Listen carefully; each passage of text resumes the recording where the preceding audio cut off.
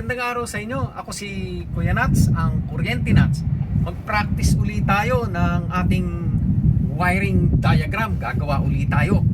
So, sundan ninyo. Another job ang ating gagawin.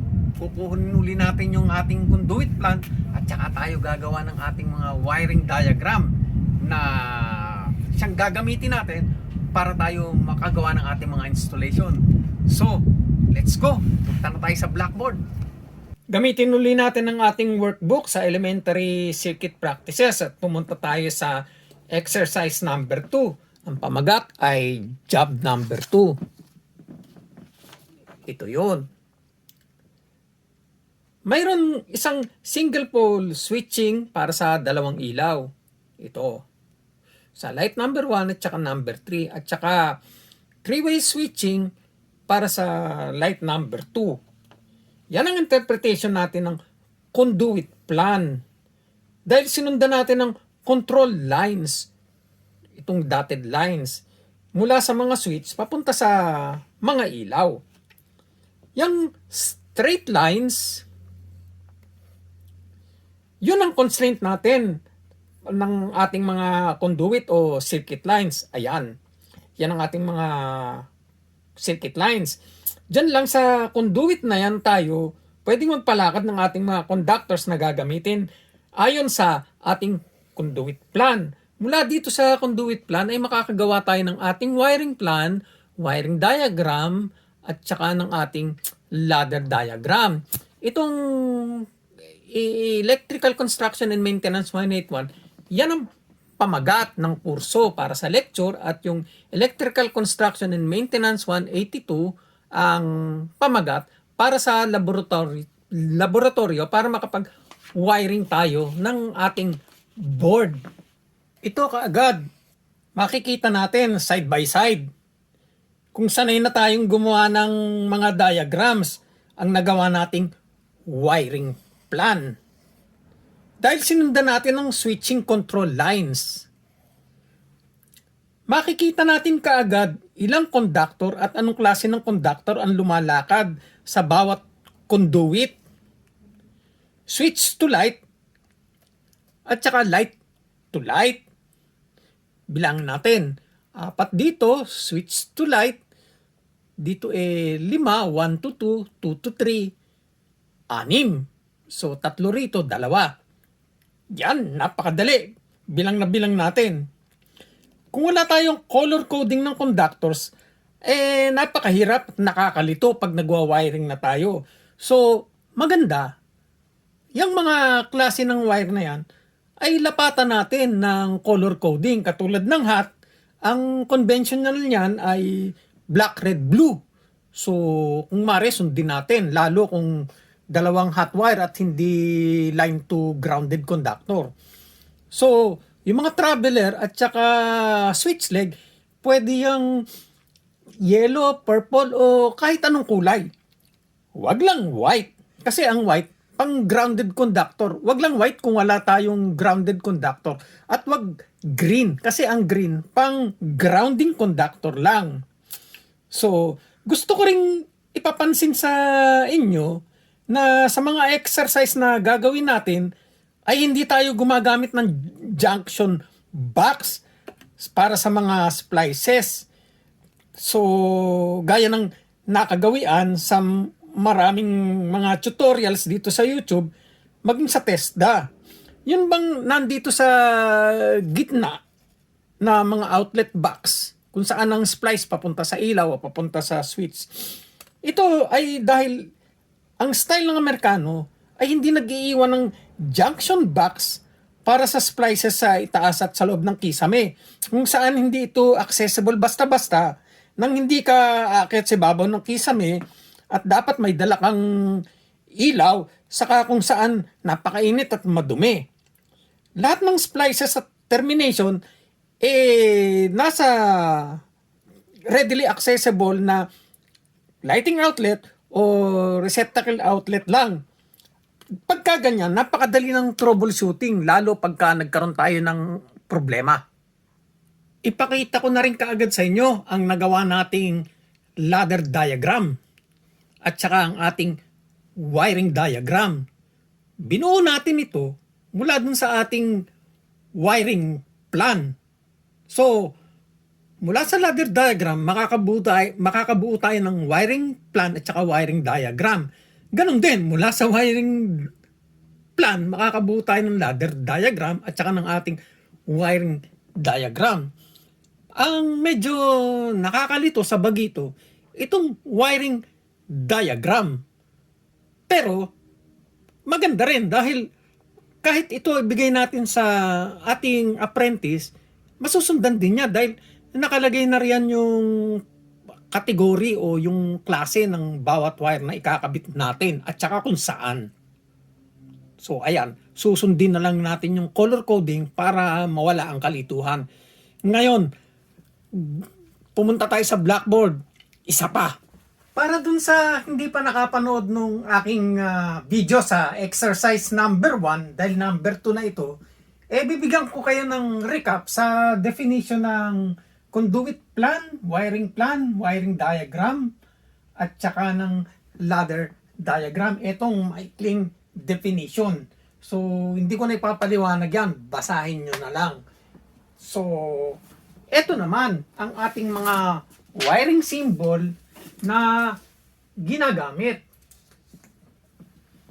Para makagawa tayo ng ating wiring plan, itong ating mga symbol na ginagamit. So, para naman sa ating wiring diagram at saka ladder diagram ay ito.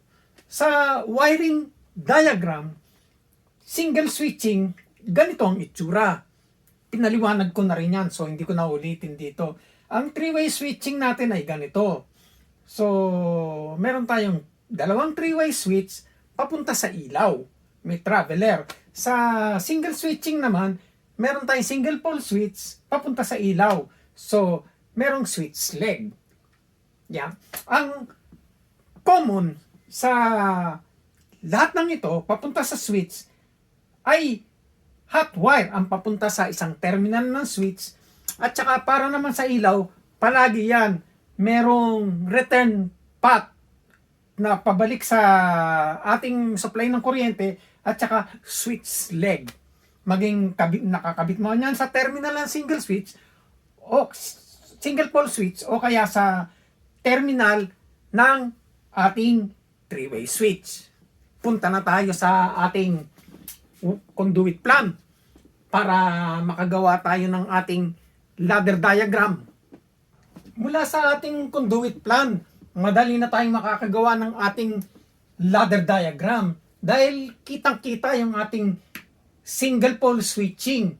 Kinokontrol niya yung ating light 1 at saka light 3. So ilagay natin yan dyan. Ito ang ating switch B. Kinokontrol niya ang light 1 at saka light 3. At saka ang ating three-way switch na A tsaka three-way switch na C, kinokontrol niya yung light number 2. So, light number 2,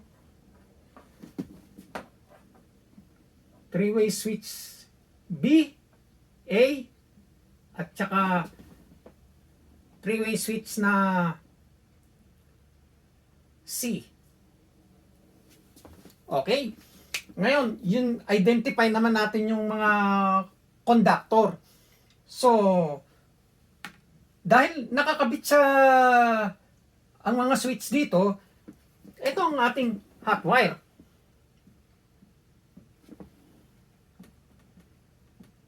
Sa terminal ng ating common at saka dito sa isang terminal ng ating switch. Tapos, ang ating return naman, return wire, nakakabit sa isang leg ng ating ilaw. Tapos ito, switch leg C na to. Switch leg C ang tawag natin sa conductor. Ito naman switch leg B. Switch leg B. Ito rin isa, switch leg B. Ang natitira na lang na-identify natin, yung mga traveler. So, markahan natin siya ng traveler, traveler. Okay, so nagawa na natin ang ating ladder diagram mula sa ating conduit plan. Ngayon, gawin naman natin ang ating wiring plan mula sa ating ladder diagram. So, unahin natin yung ating hot wire. Magkakaroon tayo ngayon ng hot wire papunta sa ating switch B. Hot wire, at saka hot wire.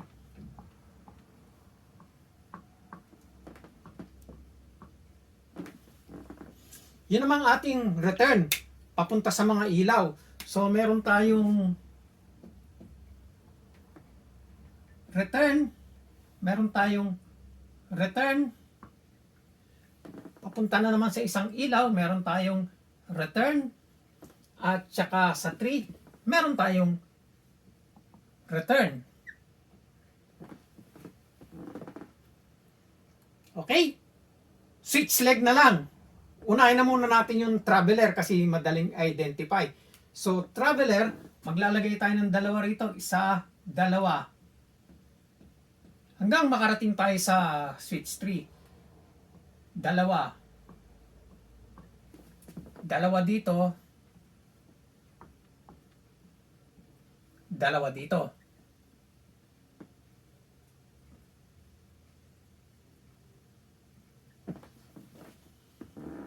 Ngayon, papuntahin natin sa switch 1, sa light 1 at saka sa light 3 ang ating switch leg B.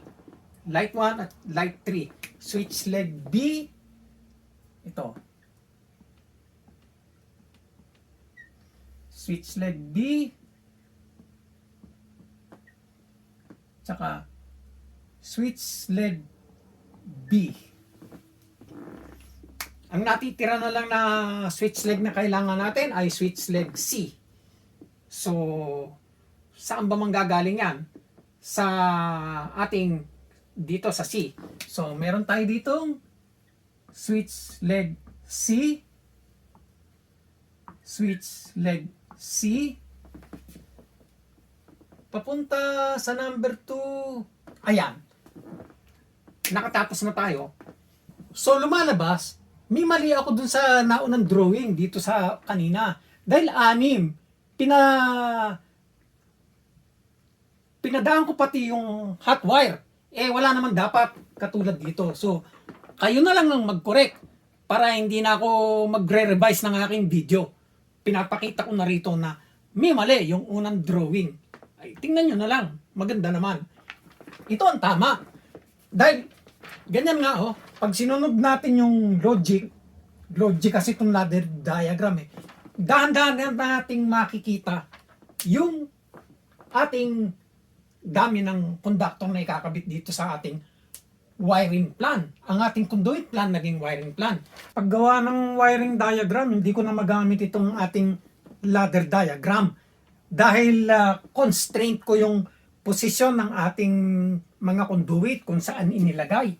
So ang gagamitin ko yung ating wiring plan na gawa natin mula sa ating conduit plan. So ito, madali na tayo makakagawa ng ating wiring diagram. Gagawin lang natin, bibilangin natin at saka aalamin natin kung anong klaseng wire.